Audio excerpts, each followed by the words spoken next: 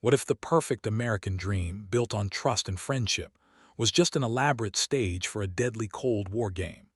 Eleanor Vance, a woman whose life revolved around PTA meetings and garden clubs, stood frozen in her husband's study, a tiny, almost invisible piece of paper clutched in her trembling hand. It wasn't a love letter. It wasn't a bill. It was a fragment of microfiche, smaller than her thumbnail, containing what she instantly knew was classified government data. But the real horror wasn't the data itself, or even how it got there. The horror was who she knew it belonged to. It belonged to Robert Thorne, her husband's closest friend, the man who taught her son to fish, shared holiday dinners, and whose laughter filled their home almost as often as her own husband's. A man she had trusted implicitly for over a decade. In that precise moment, the aroma of apple pie turned to ash in her throat, and the comfortable hum of suburban life dissolved into the chilling silence of a nation under siege. Because Eleanor Vance, an ordinary housewife, had just stumbled upon a truth that would shake the foundations of American security. Her best friend was a Soviet spy. But before we dive deeper, you make sure to like, subscribe, and comment. What would you do if your friend betrays you? It means a lot to us. We appreciate your support. Picture it, early 1960s America. The Cold War was a simmering fear, a distant thunder in the newsreels, but here in places like Bethesda, life felt safe, predictable. It was a time of booming prosperity, of new cars, backyard barbecues, and the unshakable belief in the American way. This was Eleanor Vance's world. She was the quintessential American housewife, meticulously coiffed hair, starched aprons, a perpetual smile ready for impromptu visits from neighbors. Her husband, John, was a rising star at the State Department, handsome, ambitious, and devoted. They lived in a beautiful brick house with a manicured lawn and a dog named Buster. Their children, Sarah and David, were bright and healthy. It was, by all accounts, the American dream made real. And at the heart of this dream, almost like family, was Robert Thorne. Robert wasn't just a friend. He was John's best friend, a bond forged in college dorms and solidified over years of shared ambitions and late-night talks. Robert was a charismatic, intelligent man, a brilliant, if somewhat eccentric, government scientist. He worked at a highly sensitive research facility, a detail John had often mentioned with pride, though never in specific terms, understanding the need for discretion. Robert was a frequent, welcome guest in the Vance home. He joined them for Sunday brunch, helping John grill burgers while Eleanor prepared her famous potato salad. He'd bring board games for the kids, patiently explaining complex rules and always letting them win at least once. Sarah and David adored Uncle Bob. Eleanor found Robert charming, if a little reserved at times. He was always immaculately dressed, his spectacles perched on the bridge of his nose, giving him an air of intellectual seriousness that Eleanor found both attractive and a little intimidating. He had a dry wit that could make her burst into laughter, and he was a fantastic conversationalist, able to discuss everything from global politics to the latest Broadway shows. He often brought small, thoughtful gifts, a rare book for John, a delicate scarf for Eleanor, a new toy for the children. He was, in every sense, the perfect friend, the perfect bachelor uncle, the perfect addition to their idyllic suburban tableau. Their bond wasn't just superficial. John and Robert shared a deep, unspoken understanding. They'd often retreat to John's study after dinner, nursing glasses of bourbon, discussing work, politics, and the anxieties of a world teetering on the brink of nuclear war. Eleanor would sometimes hear snippets of their hushed conversations, filled with jargon she didn't quite grasp, but always ending with Robert's calm, reassuring voice. He was the sounding board, the confidant, the intellectual equal to her ambitious husband. John trusted Robert with his deepest thoughts, his career aspirations, even his worries about Eleanor and the children. He was closer to John than almost anyone. Eleanor, too, felt a quiet camaraderie with Robert. He listened attentively when she spoke about her garden club woes or the challenges of raising children in a rapidly changing world. He validated her concerns, never dismissing them as mere housewife talk. He seemed to understand the pressures on her, the invisible labor of keeping a perfect home and raising perfect children.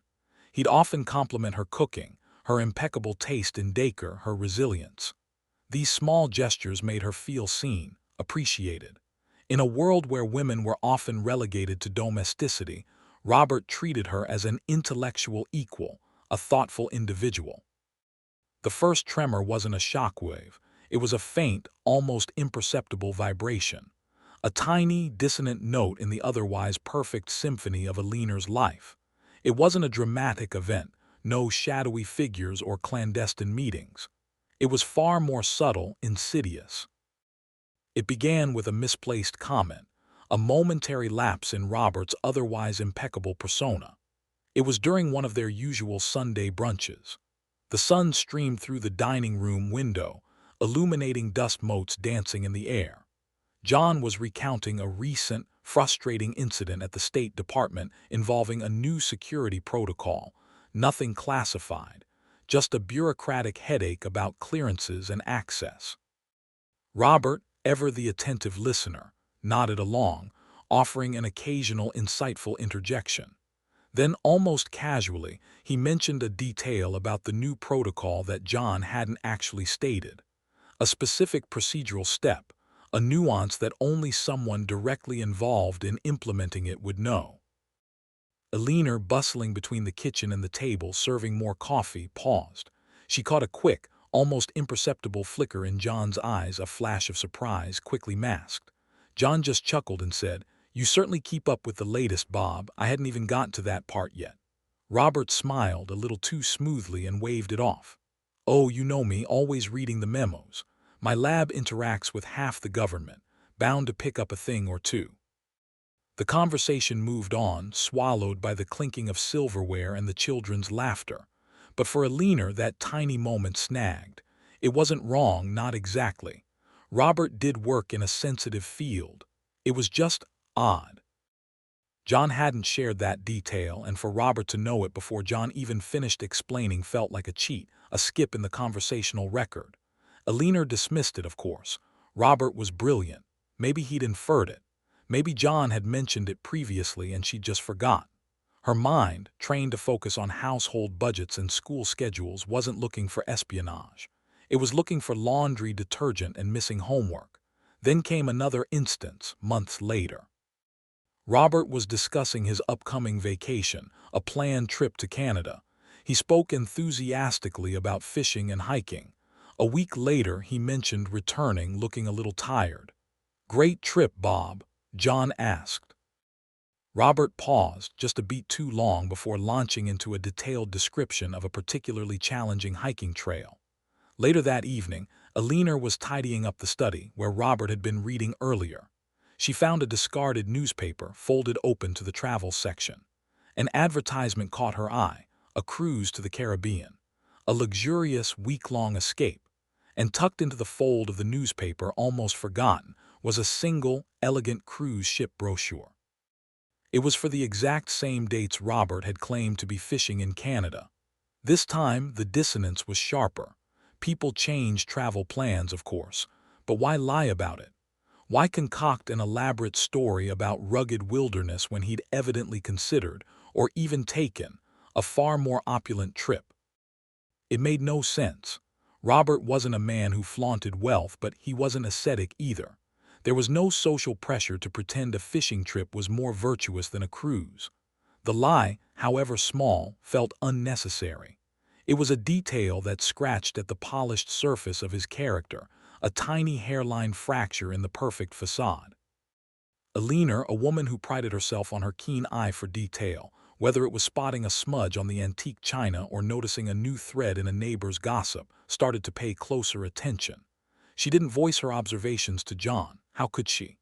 "Your best friend lied about his vacation" wasn't exactly a groundbreaking accusation. It sounded petty, perhaps even jealous. And besides, Robert was Robert. Unquestionably loyal, utterly dependable. The small, unsettling discrepancies began to accumulate, like pebbles dropped one by one into a quiet pond. Each one barely disturbed the surface, but the collective weight began to shift the water, creating an unseen current. Eleanor found herself, almost without conscious intention, observing Robert with a new, sharper lens. Her natural curiosity, once focused on the intricacies of flower arrangements or the nuances of recipe variations, now subtly, dangerously gravitated towards her husband's best friend. It wasn't a conscious decision to spy on him, not yet. It was more akin to a mother's instinct, noticing a child's subtle fever before the full-blown illness. She knew Robert. She knew his rhythms, his expressions, the way he typically moved and spoke. And now sometimes he felt off. Not dramatically different, but subtly misaligned, like a familiar melody played in a slightly wrong key. For example, Robert was a meticulous planner. He liked order. Yet, Eleanor started to notice moments of unexpected spontaneity, followed by equally swift retractions. Once, over dinner, he enthusiastically suggested a fishing trip to a remote Lake John had only mentioned in passing as a possibility for a future vacation. Robert knew the coordinates, the best fishing spots, even the nearest obscure general store. But when John seemed surprised, Robert quickly backtracked, claiming he'd simply read an article about it. His sudden intimacy with the details, followed by the clumsy excuse, felt practiced. Another time, Eleanor overheard him on the phone in the study, speaking in low, rapid German. Robert had studied German in college, she knew, but he rarely spoke it. The conversation was brief, hushed. When she peeked in, he quickly ended the call, smiling and saying, "Just a colleague from the lab discussing some technical papers." But the speed and urgency in his voice had been unlike any technical discussion she'd ever heard from academic types. It had sounded secret. The biggest shift, however, was his increasingly private nature. While always reserved, Robert now seemed to actively guard certain aspects of his life. He rarely spoke about his past, offering only vague anecdotes from his college days with John. He had no family in the area, and when asked about relatives, he'd offer a brief dismissive comment about them being distant or scattered. His apartment, which Eleanor had only visited once for a small dinner party years ago, was Spartan, almost impersonal. Not a single photograph, no trinkets, nothing that spoke of a rich personal history. It felt like a temporary dwelling, not a home. She chalked it up to his single status, his dedication to science. Now it felt like a deliberate void. She found herself, almost compulsively, mentally replaying past conversations, searching for anomalies. The way he always steered conversations away from certain topics, particularly his work beyond vague generalizations. The unusual, precise wording he sometimes used, almost too formal for casual conversation. The way his eyes, behind the spectacles, seemed to constantly dart, assessing, calculating, even when he was ostensibly relaxed. Her stomach tightened with an unfamiliar unease. This wasn't the sweet concern of a friend. It was the cold dread of dawning suspicion. She was starting to see Robert not just as Uncle Bob, but as a series of carefully constructed layers. And beneath those layers, she now suspected, lay something cold and utterly alien. The emotional toll began to mount. Eleanor found herself distracted, her mind constantly replaying interactions, searching for clues. The joy of her domestic routine started to feel tainted. Every shared meal, every casual conversation with Robert now felt like a performance. She felt a growing, desperate need to confide in someone, but who? John would never believe her. The very idea was preposterous. Robert, a spy. Eleanor, are you feeling all right? He'd dismiss it as a fanciful notion born of too many spy novels, and the thought of accusing his best friend, the man he deeply loved and trusted, was unbearable. It would fracture their own marriage, perhaps irreparably. The need for proof became an insistent hum in Eleanor's mind, a constant, low-level anxiety. She knew her observations, while compelling to her, were nothing more than circumstantial evidence. To voice them without something concrete would be to risk her marriage, her reputation, and potentially Robert's freedom, however misguided her suspicions might be. She needed something undeniable, something that couldn't be explained away as a quirk or a misunderstanding. The opportunity arose, as it often does in these stories, from a mundane task. John was attending a conference out of town, and Robert, ever the thoughtful friend, had offered to check in on Eleanor and the children, bringing over a casserole one evening. After dinner, while the kids watched television, Robert excused himself to the study, claiming he needed to make a quick call for work. Eleanor busied herself in the kitchen, washing dishes, but her ears were perked. She heard the low murmur of his voice, the unfamiliar foreign cadence again, then the click of the phone being replaced. A few minutes later, he emerged, smiled, and said he had to leave, an urgent matter at the lab. After he left, a strange compulsion drew Eleanor to the study. It wasn't a conscious decision to snoop. It was an animalistic pull, a deep-seated instinct. The room smelled faintly of Robert's expensive cologne and the familiar scent of old books. Her eyes scanned the familiar space, John's overflowing bookshelves, his worn leather armchair, the antique desk. Nothing seemed amiss. Then she noticed it. On the corner of John's desk, partially obscured by a stack of papers, lay a small black fountain pen. It wasn't John's. John used a simpler, utilitarian ballpoint for his work notes. This pen was sleek, elegant, with a subtle, almost imperceptible engraving on the cap. It was a pen she'd seen Robert use before. He must have left it. Eleanor picked it up, intending to put it aside for him. It felt heavier than it looked, solid and cool in her hand. As she turned it over, her finger brushed against the cap. There was a tiny, almost invisible seam. Curiosity, now tinged with a cold dread, made her twist it. The cap unscrewed, but not in the way a normal pen cap would. Instead of revealing a nib, a tiny, intricately coiled spring mechanism was exposed. And nestled within that spring, barely visible without squinting, was a roll of what looked like photographic film, no larger than a grain of rice. A microdot. Her breath hitched. The blood drained from her face. This wasn't a quirk. This wasn't a misunderstanding. This was real. The microdot, a tool straight out of the spy thrillers John sometimes read, sat there, incontrovertible proof. It was too small to read with the naked eye, but its presence, its very design, screamed secret. This wasn't a normal pen. This was a spy tool. Her mind raced, a whirlwind of fragmented thoughts. The foreign language calls, the vague travel plans.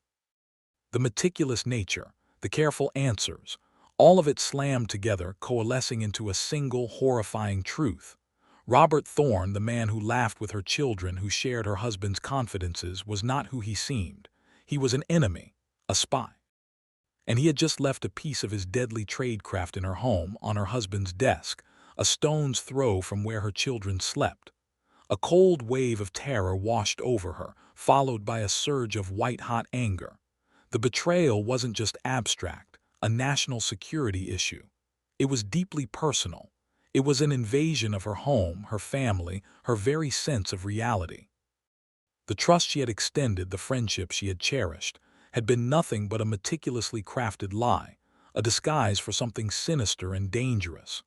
Every smile, every kind word, every thoughtful gesture from Robert now felt like a calculated maneuver, a thread in a tapestry of deceit. The weight of that tiny microdot, even when out of her sight, felt like a physical burden on Eleanor's chest. Her initial shock gave way to a cold, calculating fear. She had proof. But what did an ordinary housewife do with such proof? This wasn't a neighborhood gossip session. This was espionage, Cold War stakes, matters of national security. The consequences of any misstep, any wrong move, could be catastrophic. Her first, most desperate thought was John, her husband. He was at the State Department, knee-deep in foreign policy. He dealt with sensitive information daily. He would know what to do. But the thought was immediately followed by a chilling realization. John trusted Robert implicitly. For years, they had been inseparable. Robert was closer to John than almost anyone else in his life. To accuse Robert, to present this evidence, would not just be an accusation. It would be a direct assault on John's judgment, on his most cherished friendship, perhaps even on his own sense of self. How could she tell him that the man he confided in, the man who stood as an almost familial figure to their children, was a traitor? The revelation could shatter John, professionally and personally. It could make him question everything. including Eleanor's own sanity. The risk of him not believing her, of dismissing her as hysterical, was enormous, and if he did believe her, the pain and betrayal he would feel would be immense. Could she put him through that? Then there was the personal danger. If Robert was a spy, a professional, what was he capable of? He had been in her home, played with her children, eaten at her table. If he found out she knew, what would he do? The Cold War wasn't just about diplomatic maneuvering, it was about clandestine operations, assassinations, brutal interrogations. A shiver ran down her spine. Her perfect suburban life, once a sanctuary, now felt like a glass house, fragile and exposed. She considered the authorities, the FBI, the CIA, but Eleanor was just a housewife. Would they even listen to her? Would they dismiss her as a flighty woman with an overactive imagination, fueled by too many late-night movies? She had no connections, no influence.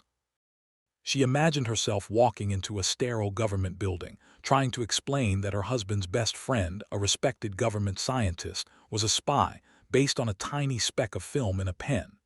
The scene felt absurd even to her. They'd laugh her out of the building. Or worse, they might take her seriously enough to investigate, but in doing so, alert Robert, putting her family in even greater peril.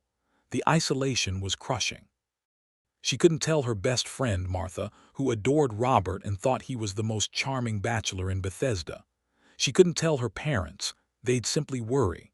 She was utterly, terrifyingly alone in this knowledge.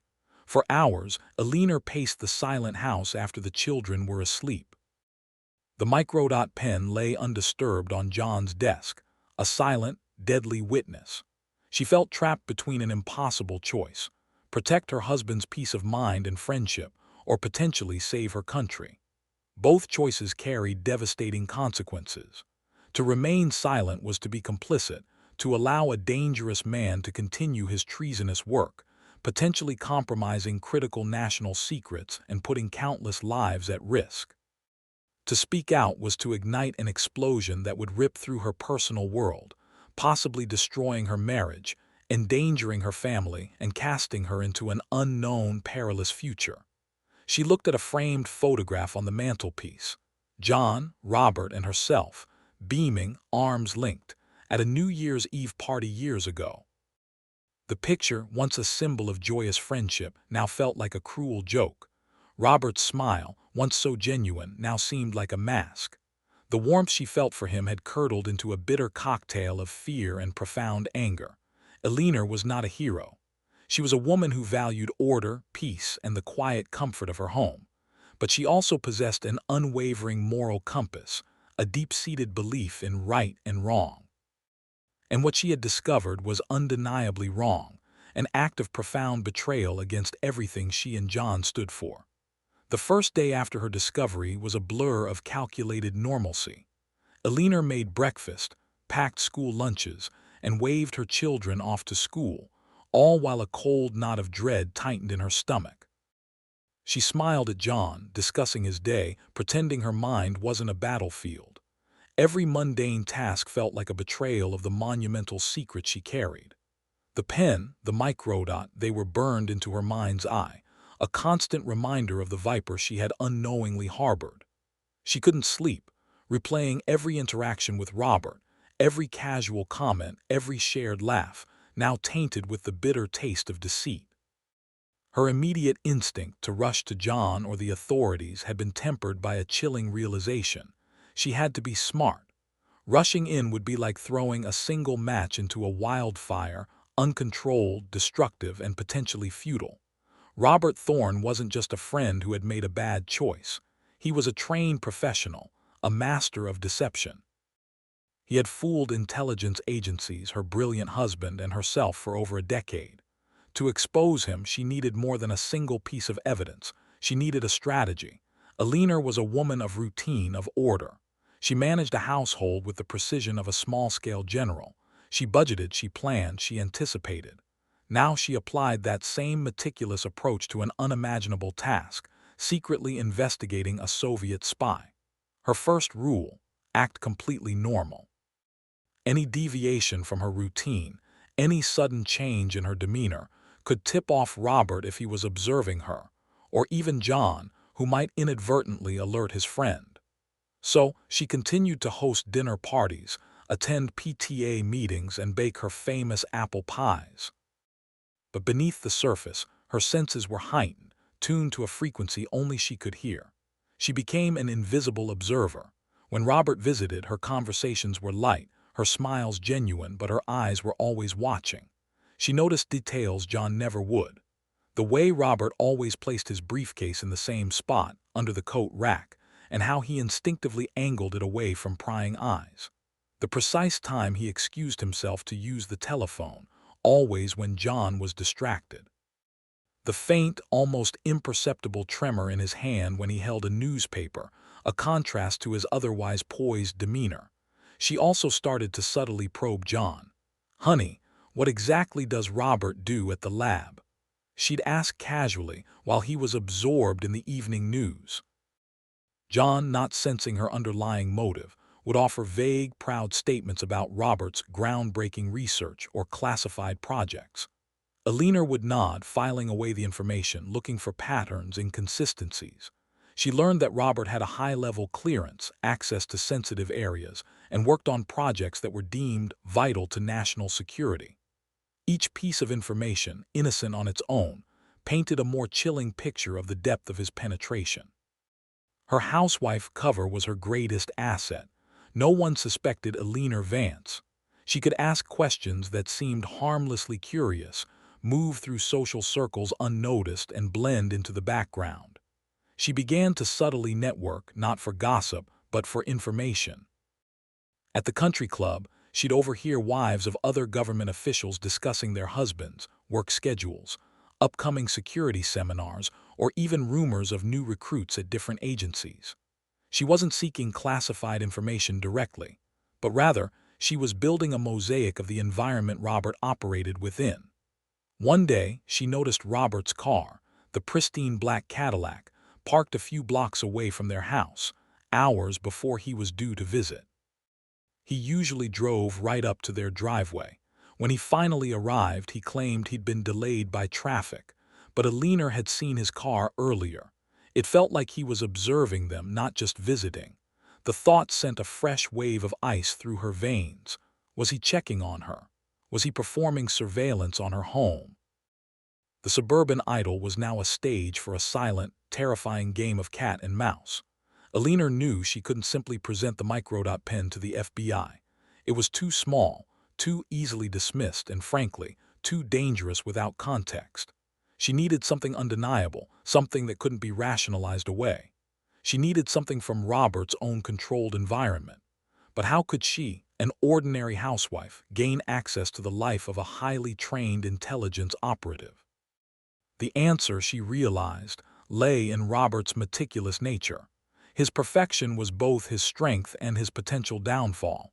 He was predictable. He always kept his briefcase with him, even on social calls, but it was always placed in the same spot, under the coat rack, slightly out of immediate sight but not entirely out of reach. He also had a tendency to leave things behind, small, seemingly insignificant items that he would invariably retrieve later. The opportunity presented itself on a crisp autumn evening. John was hosting a small, impromptu gathering of colleagues from the State Department, and Robert was, of course, invited. The house was abuzz with conversation, the clinking of glasses, and the aroma of John's favorite cigar. Eleanor was in her element, circulating among the guests, ensuring everyone had a drink, appearing the perfect hostess. Robert arrived, cordial as ever, and placed his familiar black leather briefcase under the coat rack, exactly as he always did. The evening wore on, filled with discussions about foreign policy, the burgeoning space race, and local politics. Eleanor, while engaging in polite conversation, kept one eye on that briefcase. She noticed Robert had consumed a fair amount of John's premium scotch. He was still articulate, but his movements were a fraction slower, his guard fractionally lowered. As the party wound down, one of John's colleagues mentioned a stack of important reports he had to review that night. Robert, in a rare display of perhaps slightly inebriated generosity, offered, "Oh, I have a copy of the new protocols in my briefcase." Might save you a trip to the office if you want to swing by tomorrow. I'm sure Eleanor wouldn't mind if I left it here tonight." John, ever trusting, waved a hand. "Of course not, Bob. Just pick it up in the morning." Eleanor's heart leaped into her throat. This was it. The perfect, unexpected opportunity. Robert, slightly off his game, had broken his cardinal rule of always keeping his work secure. He had left his briefcase in her house. After the last guest departed, the silence in the house was deafening. John was tired but content, already half asleep on the sofa. Eleanor, feigning exhaustion, tidied up, her hands trembling. She sent John to bed, promising to be up shortly. Alone in the quiet house, with the children sound asleep upstairs, Eleanor approached the coat rack. The black briefcase sat there, an ominous presence. Her hand hovered over it, a wave of fear and adrenaline washing over her. This was a violation, a desperate act, but the alternative was far worse. She picked it up. It was heavier than she expected, solid and unyielding. She carried it into her bedroom, her movements precise, silent. Her heart pounded, a frantic rhythm against her ribs. She placed it on the vanity. There was a combination lock. Robert was a scientist. He would use something logical, she thought. Birth dates, anniversaries. She tried John's birthday. Nothing. Their wedding anniversary. Nothing. Her own birthday. Nothing. Despair began to creep in. Had she miscalculated? Was this a dead end? She tried Robert's assumed birth year, which she'd heard John mention once. Click. The latches sprang open. Inside, the briefcase was impeccably organized. Not a single paper out of place. There were folders, seemingly mundane reports, some scientific journals, but nestled beneath a stack of ordinary-looking documents in a false bottom she discovered by pressing a seemingly solid panel was what she was looking for. It wasn't a smoking gun, not a confession letter. It was a small, leather-bound notebook.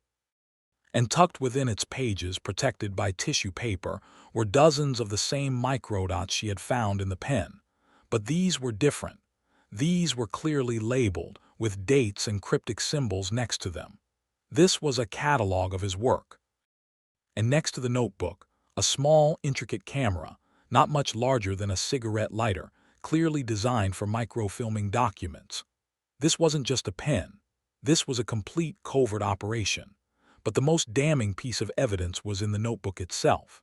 It contained a series of coded messages, and in a fit of overconfidence, or perhaps just carelessness, Robert had scribbled a partial decryption key on the inside cover, disguised as a series of mathematical equations. Eleanor, a quick learner and a woman used to deciphering household chaos, recognized patterns. It wasn't perfect, but it was enough to see the grim truth. These were communications, instructions, and reports, all written in Russian, and all pertaining to highly classified American defense and intelligence programs. She snapped a few quick photos of the notebook pages with her own camera, a simple point-and-shoot she used for family vacations. She knew she couldn't take the originals. She had to put everything back exactly as she found it. Her hands were shaking uncontrollably now, her mind reeling. She felt physically ill, a mix of exhilaration and terror. This was not a tiny piece of film in a pen. This was a full, undeniable, catastrophic betrayal. The photographs, developed in secret at a local pharmacy, were Eleanor's new burden. They confirmed everything. The coded messages, the dates, the symbols, they painted a picture of a sophisticated long-term espionage operation running right under America's nose, orchestrated by the man who shared their holiday meals. The problem remained: who to tell? She couldn't go to John, not yet. The emotional fallout would be too immense, and his immediate, visceral reaction might compromise any subsequent investigation. She needed a cold, professional assessment first. And she certainly couldn't just walk into a general government office. She needed a direct, discreet channel. Her mind returned to snippets of conversation she'd overheard between John and his colleagues. Names, agencies, particular departments that dealt with sensitive intelligence. One name kept surfacing in hushed tones: Director Davies, head of a specialized counterintelligence unit within the State Department itself. He was known for his discretion, his iron will, and his unwavering loyalty. John had once mentioned Davies as the kind of man who didn't suffer fools gladly but was fair to a fault. He was Eleanor's best, perhaps only, hope. But how does a housewife get an audience with Director Davies, a man whose existence was barely acknowledged outside the highest echelons of government? Eleanor began her new mission with the same quiet determination. She knew John's schedule, his routine. She knew the general security protocols of the State Department building, gleaned from years of picking him up and dropping him off. She also knew that the wives of high-ranking officials sometimes had appointments for charity events or diplomatic functions. She leveraged her social network, her reputation as a pillar of the community. She called in a favor from Martha, her best friend, whose husband worked in protocol. Martha, always eager to help Eleanor with her pet project, a fictional historical society archive she was ostensibly trying to access, made a few discreet calls. Miraculously, an appointment was set for Mrs. Vance to discuss a historical document with Director Davies' assistant next Tuesday afternoon. The Tuesday arrived with a thick, nervous humidity. Eleanor dressed impeccably, choosing a conservative suit that spoke of competence, not alarm. Her purse, clutched tightly in her hand, contained the developed photographs and a meticulously handwritten timeline of her observations. She practiced her lines in the car, trying to anticipate every question, every skeptical glance. The State Department building was imposing, a labyrinth of marble and hushed corridors. She navigated it with a determined grace, her heart pounding with each step. She was met by a stern, young aide who led her to a small, windowless office. Director Davies was not what she expected. He was older, with tired eyes that seemed to have seen too much, but they held an intense, assessing gaze. He greeted her politely, offering coffee, his voice calm, almost weary. "Mrs. Vance," he began, "my assistant mentioned you have some historical documents you wish to discuss." Eleanor took a deep breath. "Director Davies," she said, her voice steadier than she expected, "what I have to show you isn't historical. It's happening right now, and it concerns national security." She saw a flicker of surprise quickly masked in his eyes. He leaned forward, suddenly alert. "Go on." Eleanor opened her purse and laid the photos on his desk. She didn't offer a preamble. She simply presented the evidence, the microdots, the code pages, the partial decryption key.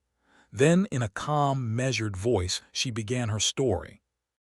She started not with the pen, but with the subtle observations, the inconsistencies, the odd behaviors, the quiet suspicions that had slowly, agonizingly built over months, years.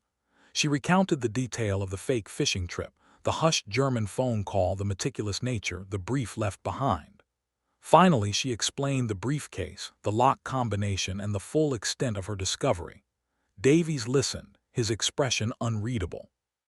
He picked up the photographs, examining them with a magnifying glass, his jaw tightening with each passing moment. He didn't interrupt, didn't question, just listened. When she finished, the silence in the room was absolute, broken only by the hum of the air conditioning. Davies leaned back in his chair, his eyes fixed on Eleanor. "Mrs. Vance," he said, his voice now devoid of any weariness, "do you understand the gravity of what you are claiming?" "Yes, Director," she replied, meeting his gaze unflinchingly. "I believe Robert Thorne, my husband's best friend, is a Soviet spy." Davies closed his eyes for a long moment, then opened them. "And you say this man has been a frequent guest in your home for over 10 years?" "Yes," Eleanor confirmed, her voice cracking slightly. "He is family to us." He looked at the evidence again, then at her. The skepticism, initially subtle, slowly melted from his face, replaced by a dawning, terrible understanding. He recognized the symbols, the language, the methodology. He knew. "This is profound, Mrs. Vance," he finally said, the words heavy with meaning. "If this is true, and I have every reason to believe it is, then Mr. Thorne has been one of the most deeply embedded and damaging assets the Soviets have ever placed." He stood up, walked to his windowless wall, and stared at it for a moment. Then he turned back. "We will need to move quickly and discreetly. This cannot get out, not a whisper. No one, not even your husband, can know you came to me. Do you understand the danger you are now in?" Director Davies moved with frightening efficiency. Within hours of Eleanor's departure, a small, highly specialized team was assembled. These weren't the brash, gung-ho agents of fiction. They were quiet, methodical, and utterly ruthless. They understood the stakes. A deeply embedded mole like Robert Thorne could compromise entire networks, reveal top-secret projects, and destabilize national security. Eleanor, however, remained at the heart of their strategy. Her position as the unwitting confidant, the perfect hostess, the housewife, was their greatest asset. She was the one person Robert still completely trusted. She would be the bait. The plan was meticulously crafted. Davies explained it to Eleanor in a series of clandestine meetings held in various unassuming locations: a park bench, a quiet corner of a library, a seemingly deserted diner late at night. Each meeting was shrouded in secrecy, every word chosen with precision. "Mrs. Vance," Davies had explained, his voice low and calm, "Mr. Thorne is a professional. He will be watching. Any sudden change, any deviation from your routine could alert him. You must continue to act as if nothing has happened. We will be in constant, discreet communication." They set up a series of subtle signals. A specific rare flower placed in her kitchen window could mean, "Contact me urgently." A particular book left on her porch could indicate a meeting time and place. She was given a secure, single-use phone for emergencies. Eleanor became a secret agent in her own home, constantly aware of her surroundings, every conversation now a potential intelligence exchange. The tension was suffocating. Every time Robert called or visited, Eleanor's heart would pound. She had to maintain the facade, laugh at his jokes, discuss recipes, and pretend the bond of friendship was still real. It was agonizing, a constant emotional torture. She saw him not just as a spy, but as the man who had effortlessly betrayed her family for years, a man whose smile now felt like a predatory grin. The team began their surveillance. They tracked Robert's movements, monitored his communications, and meticulously cross-referenced every detail Eleanor had provided. They found corroborating evidence: unexplained trips, unusually large financial transactions for a government scientist, and coded messages that matched the patterns Eleanor had uncovered. Her amateur detective work had cracked open a world of professional espionage. Their target, a scheduled dead drop Robert had arranged for the following week. Eleanor's photos had revealed a coded message indicating a meeting point in a seemingly innocent public park, a specific bench near a large oak tree. The plan was to let Robert make his drop and then apprehend his contact, potentially leading them up the chain of command. But they also wanted to catch Robert in the act, to ensure there was no doubt. Eleanor's role was crucial. She had to ensure Robert made the drop, and for that, they needed to feed him something specific. A piece of low-level but plausible intelligence that would compel him to act. The team prepared a fake document, a seemingly innocuous memo about a minor policy change, but embedded within it were subtle markers that, to a trained spy, would signal its importance and its origin from John's department. The challenge was getting it to Robert without raising suspicion. Eleanor found her opportunity during one of Robert's usual Sunday visits. John was in the study, talking on the phone.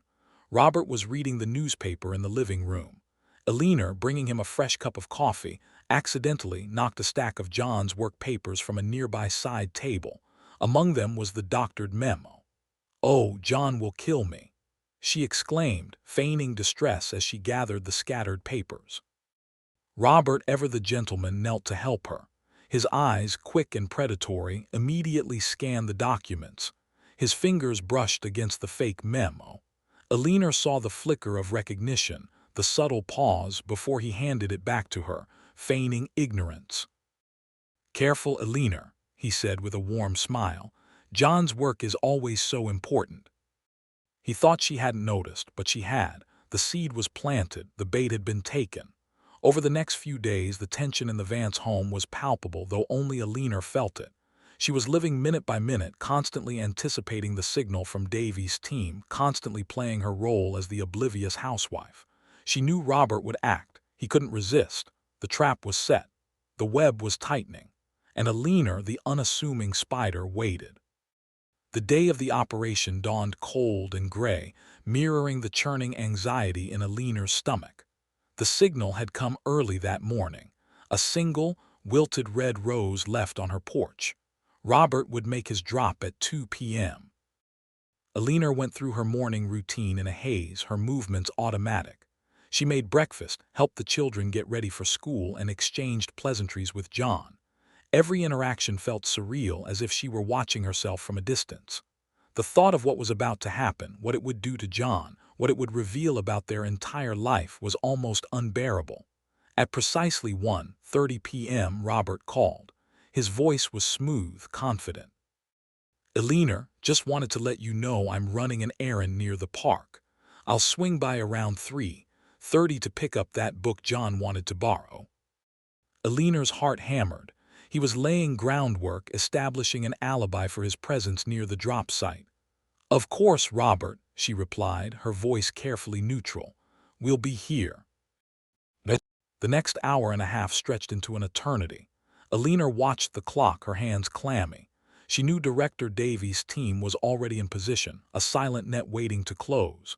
She knew the area around the park would be crawling with agents disguised as ordinary citizens. At 2:15 p.m. a hushed knock came at her back door. It was a young agent, clean-cut and serious. "Mrs. Vance, Director Davies sent me. We need you to confirm something." He showed her a small, grainy photo taken discreetly from a surveillance van. It was Robert Thorne in the park, casually sitting on the designated bench, a small package placed beneath it. "Yes," Eleanor whispered, her voice barely audible. "That's him."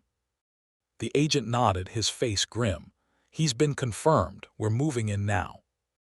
He vanished as quietly as he had arrived. Eleanor sank onto a kitchen chair, tears finally stinging her eyes. It was done. The man who had been family, the architect of a decade of deception, was caught. She waited for what she didn't know, a phone call, a frantic news report. The world felt strangely quiet, yet she could almost hear the reverberations of what was happening miles away. The phone rang at 4:30 p.m. It was Director Davies. His voice was calm, but there was a tremor of grim satisfaction. "Mrs. Vance, he's been apprehended in the act, along with his contact." It was quite conclusive. Eleanor closed her eyes, a wave of profound relief washing over her, quickly followed by an equally powerful pang of sorrow. "And John?" she asked, her voice barely a whisper. "We have taken Mr. Thorne into custody. Your husband has been informed he is needed for an urgent, classified briefing. He will be brought into a secure location, and the full extent of Mr. Thorne's activities and your crucial role will be explained to him there." The weight of her secret, the immense burden she had carried, was finally beginning to lift. But the real storm was yet to come. John, how would he react? Hours later, John returned home. His face was ashen, his eyes hollow, a look of profound shock and betrayal etched into every line. He didn't speak, just walked into the living room, collapsing onto the sofa, staring blankly ahead. Eleanor sat beside him, her hand gently touching his arm. "Eleanor," he finally croaked, his voice raw with pain, "they told me everything. Robert, a spy, and you knew all this time." The accusation was in his voice, but so was a desperate bewilderment, a crushing grief. Eleanor took a deep breath. "I found out a while ago, John. I found the microdot pen. I couldn't tell you, not at first. They said it would compromise the operation. They needed me to help catch him." She recounted her journey, her suspicions, the briefcase, the photographs, the clandestine meetings with Davies. She spoke of the fear, the isolation, the terrible weight of knowing, and the immense love for him and their children that drove her. John listened, his head in his hands, occasionally letting out a ragged sigh, a sound of a man whose entire world had just imploded. When she finished, he looked up, his eyes filled with tears, not just for the betrayal of his friend, but for the silent war his wife had waged alone to protect them all. "My God, Eleanor," he whispered, pulling her into a tight embrace, "my God." The immediate aftermath of Robert Thorne's arrest was not a surge of triumph, but a quiet, chilling storm that swept through the Vance household. John, stripped bare of his illusions, was a ghost in his own home. The man who had once been so vibrant, so confident, now moved with a palpable sense of shock and deep, agonizing betrayal. His closest friend, his confidant, the man who had been a second father to his children, was a traitor. The revelation had ripped a gaping hole in his understanding of the world, leaving him emotionally adrift.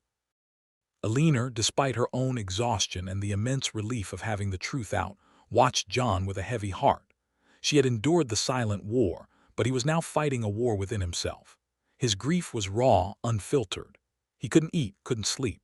He spent hours simply staring, sometimes at old photographs of Robert, sometimes into the distance, trying to reconcile the smiling face with the insidious reality. The pain in his eyes was almost unbearable for Eleanor to witness. The government's response was swift and thorough. The Vance home became a temporary, discreet hub of activity. Director Davies and his team conducted extensive debriefings with both John and Eleanor. Every detail, every interaction, every casual comment made by Robert over the past decade was meticulously dissected. They needed to understand the depth of his penetration, the scope of his network, the full extent of the damage he might have inflicted. For Eleanor, these debriefings were a strange mix of vindication and continued torment. Her observations, once dismissed as mere intuition, were now treated with the utmost seriousness. The tiny details she had painstakingly collected in her mind became crucial pieces of the puzzle. She revealed the coded messages, the microdots, the subtle shifts in Robert's personality. Each session was like reopening old wounds, forcing her to relive the slow, painful dawning of truth. But she pushed through, driven by a fierce loyalty to her country and to John. The most difficult conversations, however, were not with the agents but with John. He needed to understand why she had kept such a monumental secret from him. He needed to process the idea that she, his wife, had essentially conducted a clandestine operation right under his nose. Eleanor, with infinite patience, explained her reasoning: the fear of jeopardizing his career, the risk to their family, the instructions from Director Davies. She explained how agonizing it had been to see his trust in Robert, knowing the dark truth. It was a long, arduous process of rebuilding. There were tears, heated words, and long, silent nights. But slowly, painstakingly, the chasm that had opened between them began to close. John, seeing the sheer courage and burden his wife had carried, eventually understood. His admiration for her, which had always been strong, now deepened into an almost reverent respect. The children, Sarah and David, were shielded as much as possible. They were told that Uncle Bob had to move far away for a new job, a vague explanation that seemed to satisfy their innocent minds, though they mourned his absence. It broke Eleanor's heart to lie to them, but the full truth was too dark, too dangerous for their young souls. Life in Bethesda, however, couldn't go back to exactly how it was. The shadow of Robert Thorne, of the betrayal, lingered. The Vance family learned to live with a new kind of vigilance. John's security clearances were reviewed, his career trajectory subtly altered. Eleanor herself became a person of quiet, unacknowledged importance within the intelligence community. Her name, unsaid, became a byword for extraordinary courage and keen observation. Robert Thorne's interrogation was a masterclass in psychological warfare, conducted by some of the most seasoned operatives the U.S. government had. He was a professional, trained to withstand pressure, to resist, to maintain his cover to the bitter end. But even the most hardened spy has vulnerabilities, and the sheer weight of the evidence, meticulously collected by Eleanor, made his position virtually untenable. The microdots, the coded notebook, the hidden camera, they were undeniable. The patterns of his communications, cross-referenced with known Soviet intelligence operations, painted a damning picture. Robert, faced with irrefutable proof, eventually cracked, not with a dramatic confession, but with a slow, grudging drip of information, each piece meticulously verified against other intelligence. What emerged from his confession was a chilling tapestry of betrayal. Robert Thorne was not just a low-level informant. He was a deeply embedded sleeper agent, recruited years before the Vances even met him. His entire life in America, his friendship with John, his career as a brilliant government scientist, it had all been an elaborate, decades-long cover. He had cultivated John not just as a friend, but as a gateway to high-level information within the State Department. He had systematically exploited their trust, their access, and their unwavering belief in his loyalty. The secrets he had stolen were staggering. He had provided the Soviets with intelligence on sensitive missile defense programs, early warning systems, and most critically, the identities and methods of numerous American intelligence assets operating behind the Iron Curtain. His capture, Director Davies revealed to John and Eleanor in a secure briefing, had averted a potential catastrophe. The information he was about to transmit, had Eleanor not intervened, would have severely crippled America's strategic advantage in a critical period of the Cold War. It would have meant compromised operations, arrests, and potentially the deaths of countless operatives. The sheer scale of his treachery was almost incomprehensible. He wasn't just a spy.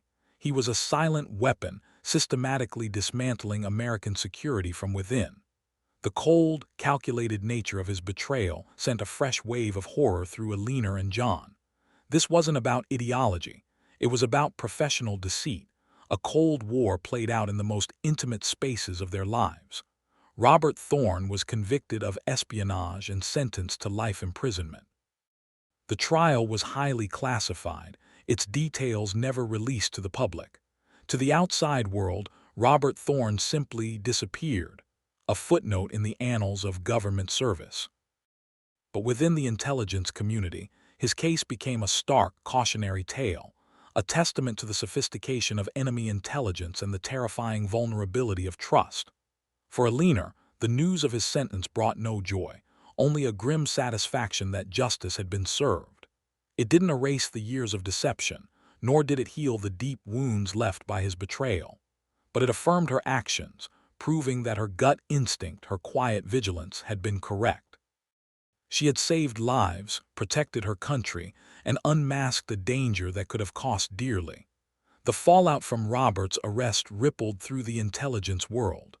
Many agents were recalled, operations were reevaluated, and security protocols were drastically tightened. The realization that a man so deeply embedded, so utterly trusted, could be a hostile agent shook the foundations of counterintelligence. Director Davies himself credited Eleanor's unconventional approach as critical. Her ability to observe without suspicion, to blend into the social fabric, and to notice the human inconsistencies in a perfectly constructed facade was something professional agents often overlooked. Life for Eleanor and John Vance and their children never truly returned to the normal they knew before Robert Thorne. The betrayal left an indelible mark, a quiet scar beneath the surface of their suburban lives. John, though fully reconciled with Eleanor and deeply appreciative of her courage, carried a deep sadness, a permanent dent in his trust of human nature. He became more guarded, more discerning, both professionally and personally.